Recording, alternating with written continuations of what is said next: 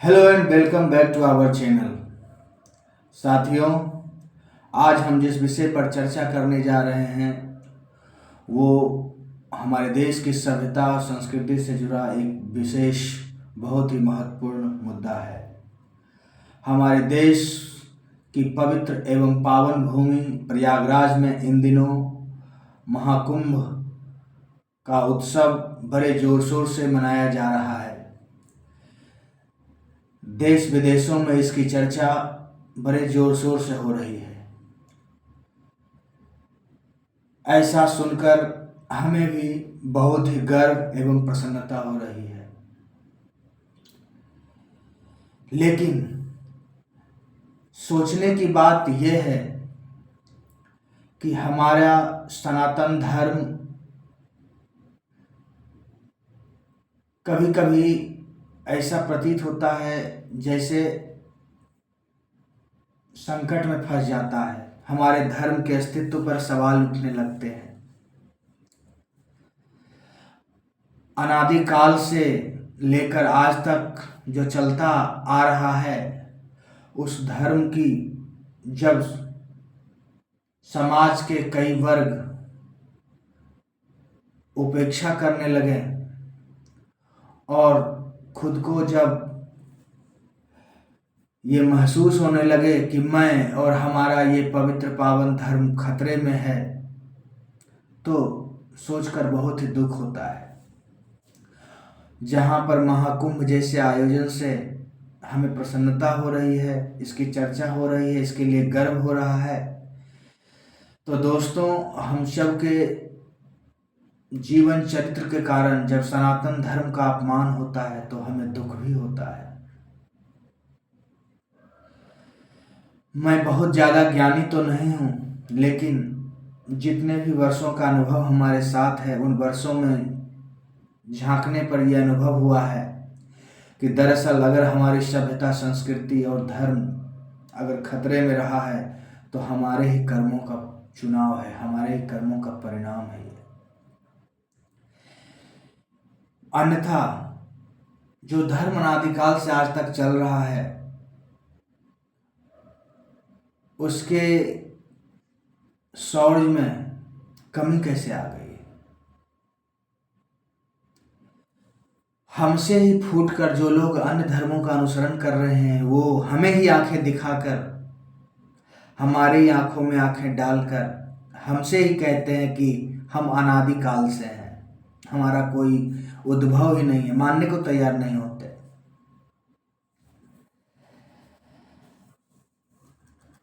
एक बार की बात है, हम किसी 4-5 लोग के बीच में बैठे थे और चर्चा जब हुई तो कुछ लोगों ने, जो कि विशेष धर्म दूसरे अन्य संप्रदायों से जुड़े हुए थे, उन्होंने कहा कि हमारा धर्म, हमारा धर्म बहुत अनादिकाल से है। मैंने कहा आपके धर्म का उद्भव कब से हुआ? इसका एक रिकॉर्ड है जो कि इतिहास में की किताबों में वर्णित है। आप सब हमारे ही अंग हैं जो गलती से भटक कर अलग अलग टुकड़ों में बट गए हैं। तो उन्होंने हमारी बात को अस्वीकार कर दिया। लेकिन आज समाज की ये सच्चाई है, हमारा देश में जब सनातन धर्म का प्रभुत्व है तो यहाँ दूसरे धर्म आए कहाँ से? आज के परिप्रेक्ष्य में जब देख रहे हैं, अगर देखा जाए तो आज भी जहाँ आदिवासी लोग रहते हैं, उनको तरह तरह के प्रलोभन देकर, उन्हें रुपए पैसे का लालच देकर, अच्छी जिंदगी का सपने दिखाकर उन्हें बरगला करके उनका धर्म परिवर्तन करवाया जा रहा है। आज वो सनातनी हैं, लेकिन कल जब वो किसी विशेष अलग धर्म को अपना लेंगे तो कल वही हमसे कहेंगे कि हम तो अनादिकाल से हैं। कल वो इस बात को स्वीकार नहीं करेंगे कि हम सनातनी हैं और कभी सनातनी थे, आज भले ही हम दूसरे हैं, धर्मों से जुड़ गए हैं, वे हमेशा हमारे साथ रहकर हमसे ही लड़ेंगे और एक अलग समाज, वर्ग और अधिकार की मांग करेंगे। इसके लिए हम समाज के सभी प्रशासनधारियों को, सत्ताधारियों को कहना चाहते हैं कि कृपा कर इनको रोकिए और समाज में ऐसी भावनाओं को बढ़ावा देने वाले लोगों को कस्टडी में लीजिए और अनैतिक रूप से दूसरे अन्य धर्मों को आगे बढ़ाने वाले और हमारे धर्मों का अपमान करने वाले लोगों को दंडित कीजिए। दोस्तों, हम सनातनी या तो बहुत स्वार्थी हो गए हैं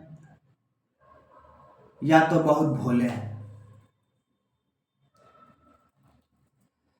हमारे देश में कई ऐसे लोग हैं जो हमारे ही धर्म को बीमारी का नाम देते हैं और हमारे ही बीच वो फल फूल भी रहे हैं, उन्हें ए ग्रेड की सिक्योरिटी मिल जाती है, और जो हमारे देश में हमारे ही धर्मों को बढ़ावा देते हैं, सनातन धर्म का झंडा लेकर आगे बढ़ते हैं, उन्हें कई बार दंडित होते देखा गया है।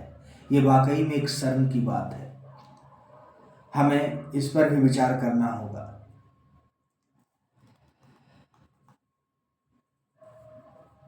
हम अक्सर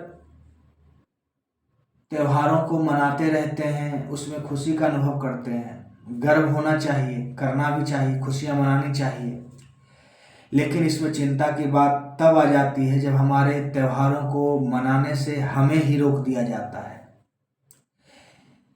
हमारा देश में राम को जब काल्पनिक बता दिया जाए तो हमारा खून खोलना चाहिए, लेकिन ऐसा नहीं होता है। हमारे ही सनातनी भाई कुछ ऐसे हैं जो कि समभाव में विश्वास रखते हैं। मुझे ऐसा लगता है कि समभाव का मतलब उन्हें नहीं पता है, शायद इसीलिए वो अक्सर कहते मिलते हैं कि सभी धर्म एक समान है, सबको लेकर चलना चाहिए। ये समभाव नहीं है। अगर राम को काल्पनिक बताकर हमें ये ज्ञान दिया जाता है कि सबको एक साथ लेकर चलना चाहिए, तो ये संभव नहीं, हमारा अपमान है, सनातन धर्म का अपमान है। हमें ये बात को समझना चाहिए, लेकिन ऐसा नहीं हो रहा। अगर हम इस बात को नहीं समझेंगे तो अन्य लोग इसका फायदा उठाकर हमारे बीच ऐसे ही दरार पैदा करते रहेंगे और हमें आगे बढ़ने से रोकेंगे। हमारा देश आज प्रगति की ओर बढ़ रहा है। हमारा देश की सभ्यता संस्कृति ऐसा लग रहा है कि आगे बढ़ने की ओर अग्रसर है, लेकिन जो हमें इसको आगे बढ़ने से रोक रहे हैं, हमें उन लोगों को पहचानना होगा और उन्हें गंदगी को जैसे हम अपने जीवन से हटाते हैं, उनको ऐसे हटा करके दूर करना होगा। तभी हमारा सनातन धर्म आगे बढ़ेगा, फलेगा, फूलेगा। कई बार ऐसा होता है कि कुछ अन्य लोग जो दूसरे वर्ग से जुड़े होते हैं, वे हमारे बीच घुसकर हमारा ही मजाक बनाते हैं। जैसे हमारे कुंभ का आयोजन हो रहा है, 3 दिनों, कई लोग साधु संतों का वेश बनाकर घूमते हुए दिखाई दे रहे हैं, जो हमारे बीच में रहकर हमारा ही अपमान कर रहे हैं, हमारे धर्म को नुकसान पहुंचा रहे हैं। उन लोगों को पहचान कर हमेशा के लिए दूर किया जाए, उन्हें दंडित किया जाए। और सबसे बड़ी बात जो हम इस वीडियो के माध्यम से हम आप सबसे ये कहना चाहते हैं कि दरअसल अगर हमारे सनातन धर्म का अपमान होता है तो 90% गलती हमारी ही होती है। हम अपने बच्चों को उसका इस धर्म के बारे में विधिवत शिक्षा नहीं देते। हम अपने बच्चों को बचपन से 2 साल 3 साल होने के बाद उन्हें ABCD, ककारा, अन्य भाषा ज्ञान, मैथ की बातें तो बताते हैं, लेकिन उन्हें अपने धर्म की बातें नहीं बताते, उन्हें धर्म की शिक्षा नहीं देते।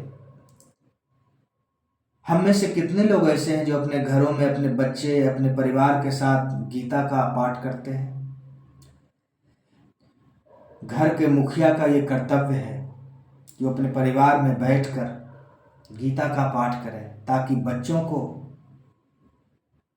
सीधा संदेश जाए, उनके नैतिक मूल्यों का विकास हो। हम सभी की हमेशा ये शिकायत रहती है कि आजकल के बच्चे उदंड हो गए हैं, नैतिक मूल्य हो गया है। अक्सर लोग कहते मिलते हैं कि कलयुग चल रहा है, इसीलिए ऐसा हो रहा है। नहीं नहीं नहीं, आज का जो समय है वह अति सर्वश्रेष्ठ है। मैं मानता हूँ कि ये अन्य युगों से श्रेष्ठ है। अन्य युगों में काफ़ी जब तब ध्यान तपस्या करना होता था, तब भगवान का जो है भक्ति प्राप्त होता था, उनका फल हमें मिलता था। लेकिन हमारे शास्त्रों के अनुसार आज का समय ऐसा है जिसमें अगर हम भगवान के नाम का केवल जाप करें, उनका स्मरण करें, तो हमारा कल्याण हो जाता है। तो आज का समय हमारे समझ से अन्य युगों से अधिक श्रेष्ठ है। लेकिन दोष हमारे अंदर में है, हम अपने बच्चों को अपने महत्वपूर्ण ग्रंथों के बारे में नहीं बताते, उनसे संबंधित शिक्षाओं को नहीं देते, इसलिए उनका नैतिक पतन हो रहा है। आजकल हर बच्चे माता पिता की उपेक्षा कर रहे हैं, पूजा पाठ से दूर भाग रहे हैं। तो दोषी कौन है इसके लिए? हम लोग ही तो दोषी हैं। हम अपने बच्चों को 3 साल 2 साल के होते नहीं उन्हें उनके हाथों में मोबाइल पकड़ा देते हैं और बड़ा गौरवान्वित महसूस करते हैं कि हमारे बच्चे बहुत टैलेंटेड हैं। अक्सर कहते मिलते हैं, हाँ, छोटे बच्चे जब हम बैठते हैं साथ में मित्र मंडली में, हमारा बच्चा तो बहुत प्रतिभाशाली है, मोबाइल देते हैं उसमें ये निकाल लेता है, अपने आप ऑपरेट कर लेता है। अगर आपके बच्चों में प्रतिभा दिखती है तो उन्हें वेद मंत्रों के बारे में बताइए, उन्हें गायत्री मंत्र की शिक्षा दीजिए, उनसे प्रैक्टिस करवाइए कि बेटा ये बोलो, मंत्र का उच्चारण करो, ओम नमः शिवाय का जाप करो, प्रभु का नाम लो, अपने धर्म की कुछ कहानियों को बताए, वीर गाथाओं को बताइए, तब जाकर के उनमें नैतिकता आएगी और बचपन से ही उनमें अच्छे बुरों की पहचान होने लगेगी। जो भी अच्छा होगा उसकी ओर वो आगे बढ़ेंगे और बुरे तत्वों को दूर हटाएंगे। हमारे बच्चे बचपन से ही मोबाइल ऑपरेट करते हैं तो वो दिन रात बॉलीवुड को देख देख करके बड़े हो रहे होते हैं। बॉलीवुड में क्या चल रहा होता है? जिन उम्र में उनको शिक्षा की ज़रूरत है, अच्छे ज्ञान की ज़रूरत है, उन समयों में वो सीधा शीला की जवानी और मुन्नी को देख रहे होते हैं। देखिए, हमारी बातों का बुरा मत मानिएगा प्लीज़। हम ही दोषी हैं जिसके कारण से हमारे समाज का नैतिक पतन हो रहा है, हमारे युवा भ्रमित हो रहे हैं। वो बच्चे जो बचपन से ही जिनको ज्ञान विज्ञान की बातें समझाई जानी चाहिए थी, वो बच्चे बचपन में ही अश्लील वीडियो, फिल्में और ये बॉलीवुड को देख करके बड़े हो रहे होते हैं। वो बचपन से, हमें याद है कि मैं बचपन में था, ये हमारे अपने अनुभव हैं खुद के कि मैं बचपन में था तो मुझसे जब पूछा जाता था कि तुम्हारा फेवरेट कौन है, तो मैं कहता था, किसी हीरो का नाम ले लेता था, वो मेरा फेवरेट है। आजकल के बच्चे का फेवरेट कौन होना चाहिए, उसके आदर्श कौन होने चाहिए, जो वास्तव में समाज के लिए आदर्श है। ये बॉलीवुड जो हमारे देश को नैतिक पतन की ओर ले जा रहा है, हमारे देश में एक विष की भांति काम कर रहा है। सरकार इसको रोकने में असक्षम रही है अभी तक। कहा जाता है कि सिनेमा समाज का दर्पण है, पर मुझे तो ऐसा लग रहा है कि ये सिनेमा जगत हमारे समाज के लिए विष के समान है। तो इसके लिए दूसरे कोई सामने नहीं आएगा, हमें अपने बच्चों को सिखाना है, हमें अपने बच्चों को बताना है कि कैसे जीवन में भविष्य में आगे बढ़ना है। तो उन्हें मोबाइल मैं देने से मना नहीं कर रहा, मोबाइल दीजिए उन्हें, लेकिन साथ ही साथ उनके बीच हमेशा संवाद करते रहिए, उनसे बात करते रहिए, उनको जानकारी देते रहिए कि इसका क्या महत्व है और कैसे वो जीवन में भविष्य में आगे बढ़ सकते हैं। उन्हें जीवन के अपने अनुभवों से सिखाइए, बताइए कि अपनी अच्छी अच्छी किताबें रामायण, महाभारत, गीता, वेद जैसे महान ग्रंथों का अवलोकन और पठन पाठन के लिए उत्साहित करिए। उन्हें समझाइए कि मेरे पास अवसर नहीं था, मैं तुम्हें अवसर देता हूँ, इसको पढ़ो और जीवन में आगे बढ़ो। जीवन में आगे बढ़ने के लिए और प्रगति करने के लिए केवल आपके फिजिक्स, केमिस्ट्री और मैथ किताबों को जानना उचित नहीं है। अगर वास्तव में प्रगति चाहते हैं और वास्तव में चाहते हैं कि हमारा भविष्य, हमारा सनातन धर्म आगे बढ़े, तो इन ज्ञान विज्ञान की किताबों के साथ साथ हमें उन्हें अध्यात्म की शिक्षा घर से देनी शुरू करनी होगी, फिर विद्यालयों में इसे लागू करना होगा। तब जाकर के हमारा देश में सनातन संस्कृति की सभ्यता का प्रचार प्रसार अच्छे से होगा और फिर देखिएगा हमारे बच्चे नैतिक मूल्यों से भरे पड़े पूरे मिलेंगे आपको।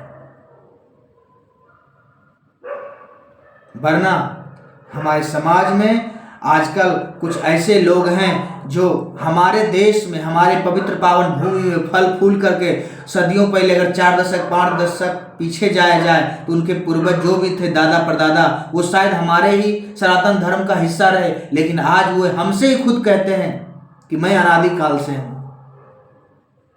कुछ लोग ऐसे कहते हैं 15 मिनट के लिए पुलिस हटा दो तो हम देख लेंगे क्या कर सकते हैं।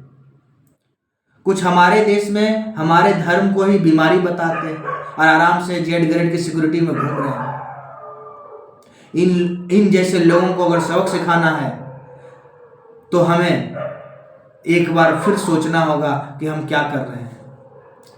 ये केवल सरकार का दायित्व नहीं है कि देश को आगे ले जाया जाए। जब तक जन जन में ये भावना व्याप्त नहीं होगी, हम घर से इसकी शुरुआत नहीं करेंगे, खुद से इसकी शुरुआत नहीं करेंगे, तब तक हमारा सनातन धर्म आगे नहीं बढ़ेगा। जानकर बहुत दुख होता है कि हमारे ही कुछ सनातनी भाई अक्सर ये कहते मिलते हैं कि सभी मजहब धर्म एक समान है, हमें सबका सम्मान करना चाहिए। मैं नहीं कहता करना चाहिए, हम किसी को गलत नहीं मानते, हम किसी से नफरत नहीं करते, हमारे धर्म का विचार स्वभाव, हमारी संस्कृति ऐसी, हम सबसे प्रेम करते हैं। लेकिन ऐतराज तब होता है जब आतंकवाद फैलाने वाले किसी धर्म विशेष के लोग होते हैं। हमें नहीं याद है कि आतंकवाद को बढ़ावा देने वाले हम सनातनियों में से कोई आज तक कोई लिस्ट में आया हो। लेकिन आतंकवाद की लिस्ट में अगर देखा जाए तो किसी धर्म विशेष से जुड़े लोग हमेशा मिलते रहे हैं। तो मैं कैसे मान लूं कि आतंकवाद कोई धर्म विशेष से जुड़ा नहीं है? आखिर वही धर्म के लोग क्यों आतंकवाद को बढ़ाते ही मिलते हैं? जिहाद के नाम पे क्यों ऐसे लोग जो है अक्सर जो है अलगाववाद को बढ़ावा देते मिलते हैं? हमारे देश की सभ्यता संस्कृति को बचाना उतना ही जरूरी है जितना कि अपने देश में बच्चों को शिक्षित करना, खुद को अवेयर रखना। साथियों, इतना कहकर हम अपनी वाणी को विराम देते हैं। धन्यवाद। जय हिंद, जय भारत, जय सनातन धर्म।